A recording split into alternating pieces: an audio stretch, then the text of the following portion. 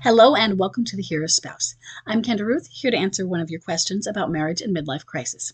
Today we have an anonymous female left behind and forward-moving spouse with a bomb drop of June 14th, 2023, a date of marriage of 2000.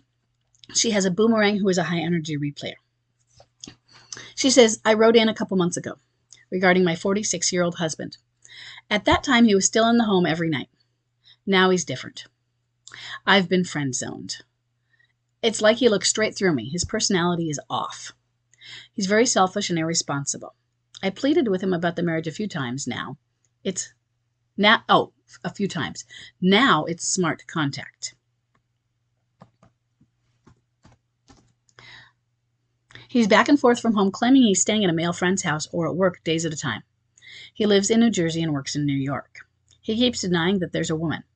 When he's home, he either sleeps on the couch or in the bed with me. He says he's looking for an apartment and hasn't found one. He keeps changing his move date. He and the kids, who are 21 and 22, had a conversation regarding the separation. They're very upset and let him know he's selfish and abandoning his family. We met up recently and he stared at me several times, asked about my wedding rings. I asked if he was sure this is what he wanted and he hesitated and then said yes. What do I do? Okay, first thing, some of it is, and I'm still want to reiterate so that others can see it that I am really glad that you went through understanding midlife crisis, because last time when I recorded for you, you had gone through 90% of it, and I believe it was you hadn't gone through the infidelity video. I think that might be the long one. So I'm going to encourage you. I haven't looked back again, but I'm going to encourage you to make sure you complete that. But also, what I've been told by others is that they get new things every time they go through my work. And when I say my work, I'm not talking about those videos. I'm talking about the body, because that course is a few years old, but some of my articles are 10, 12, even 15 years old. And people go through the work and they get something else at a different stage in their personal development and understanding of the crisis. Things that they missed the first time. They now like, oh, now I get it. Or now I'm seeing that. And so what I'm reading now is relevant to me now, or it's relevant in a different way. So continue to update yourself by reading or re-listening to the course or the articles, okay? Because this is what a midlife crisis is. It sucks.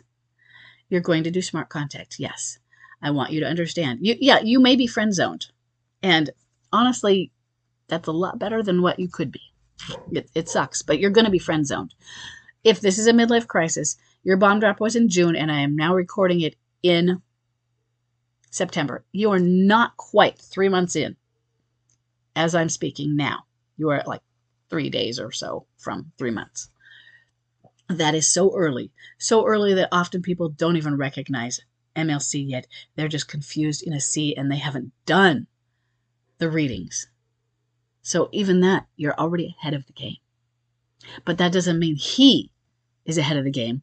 Your understanding of midlife crisis is not going to change the crisis. It is not going to speed up his crisis so that he comes home faster. It's not going to solve the crisis, make it go away, in other words. It's not a cure. Midlife crisis is something you go through. You don't cure. You go through it from start to end, just like making cookies. You don't cure making cookies. I guess you could just eat the dough out of the bowl. But you go through it, you have a process, and there's an end result, a cookie. The end result is somebody who has gone through their crisis and reintegrated those pieces of themselves. That takes time, and it takes years' time. They have to experience the loss. They experience the avoidance because they're running from it. They experience the loss. They experience the shattering of self. They're feeling it now, but they're denying it. Then they feel it. They see it. They see all of those terrible pieces of themselves on the floor. And this is years into the crisis. They have to pick them back up and say, these are parts of me. I don't want this part of me. I don't like it. Then they transform them. They can discard pieces, but remember, they're all really parts of us. So the discard is really a transformation. And they're like, but I do like this part. I was an artist in college. I want to do that. Things that they had abandoned, things they didn't abandon, things that happened to them that were traumatic, that isn't their fault. Childhood abuse. They have to face it. And the more trauma they had in childhood, the more they're going to have to go through. The more susceptible they are to having a midlife crisis. So keep understanding midlife crisis. Keep working on yourself. It's going to keep happening. It is going to get worse. I know that sucks. Midlife crisis gets worse before it gets better. And I will tell you that for the first 18 months at least. Oftentimes first 3 years, first few years, but at least the first 18 months, often much longer. And you're in the first 3. So everything that you are seeing right here is part of the expectation. I don't like saying that word, expectation of midlife crisis, because I don't want us to go in expecting the bad, but knowing what a midlife crisis is. I know what's coming. And there are things that are coming. He is either having an affair or is likely to have an affair especially if he is a high energy replayer.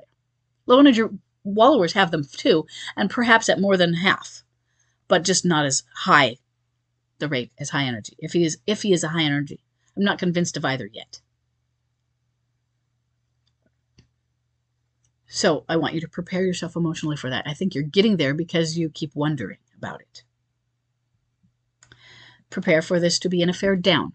Prepare for him to be limerent, for him to defend her over you.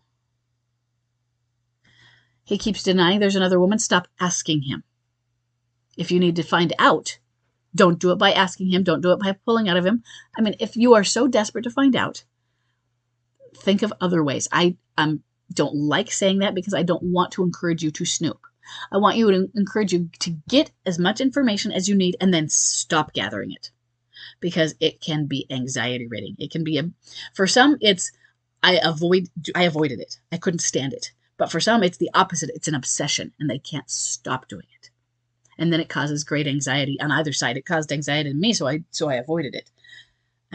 I'd rather be on that side of it than those who it causes anxiety, but because of their obsession and what they keep learning from it, from the snooping. Or you don't learn anything. And then if you don't learn anything, sometimes it's, well, I'm just not finding the evidence. So you're obsessed over that. There's a paranoia that goes with it. I want you to get the information you need, and then I want you to, okay, I have the information. Chuck was having an affair. He made it stop being secret. For one, I told him, hey, you're having an affair. It's not secret. You're living with her. He was living with her. And he made it public to everybody. So what was the point of hiding it from me if it's public? You've left. You don't say, hey, you're not doing anything wrong. That's absurd to say that, okay? Some people want to say that to get them to admit it. No. Then you're giving them something, well, you said I wasn't doing anything wrong. I found her after I left you, blah, blah, blah. It's wrong. And we're not going to throw that at them at the beginning either if you're trying to collect information. He's going to keep changing his move-out date. You're going to have to decide how much you can handle with him at the house, because he is there and then he's not there, and he's there and then he's not there. Do you need to set a boundary of like, hey, I don't care when your move-out date is. You are not welcome here if you're not going to stay here. And you don't have to do that. If you find out he's having an affair, maybe that is a line in the sand, not for marriage, but for living at home right now. I would say it is a line in the sand. It needs to be for many. You're still so early after bomb drop. I don't draw that line quite as hard yet. For one, I want you to start getting used to the situation more, getting more healed, so that you're strong enough to do those sorts of things. You have to figure out where you are. And right now, it's really hard to pinpoint where you are when you don't know what's happening with, say, an affair. When I'm moving out, but I'm not moving out. And he changes the date. Sit him down and say, hey, you say you're moving out. Well, here's your date. You set it down for him. Say, I don't want this to be the date. I don't want it to be ever. But you either are or you aren't, and you need to make up your mind, so that we can start moving forward with whatever is going on. Because no, I'm not going to file. Yes, I had you move out, but I didn't have you move out. You said you were moving and you wouldn't give me a date. This is the life now. We can change. You can move back in. but we both need to get ready for that and be healed for that and not be always having one foot out the door. We're not doing this staying with somebody else. We're not doing this, are wondering if you're having, extramarital affairs. When it's time for the next stage, it's healing. And healing involves we are going to go to counseling. You don't have to talk to them about that now because that is years in the future. And I know that sucks. It's terrible because it's so far out. You're going to miss him. And it's going to get worse. I'm so sorry. It's going to get worse. So what do you do now? You focus on healing you. You focus on detaching. You don't go asking, is there somebody else? I found evidence. There's lipstick on your collar. I could smell perfume, whatever. You don't focus on that. If you have the evidence, send it to him. Say, here it is. If you don't, forget it.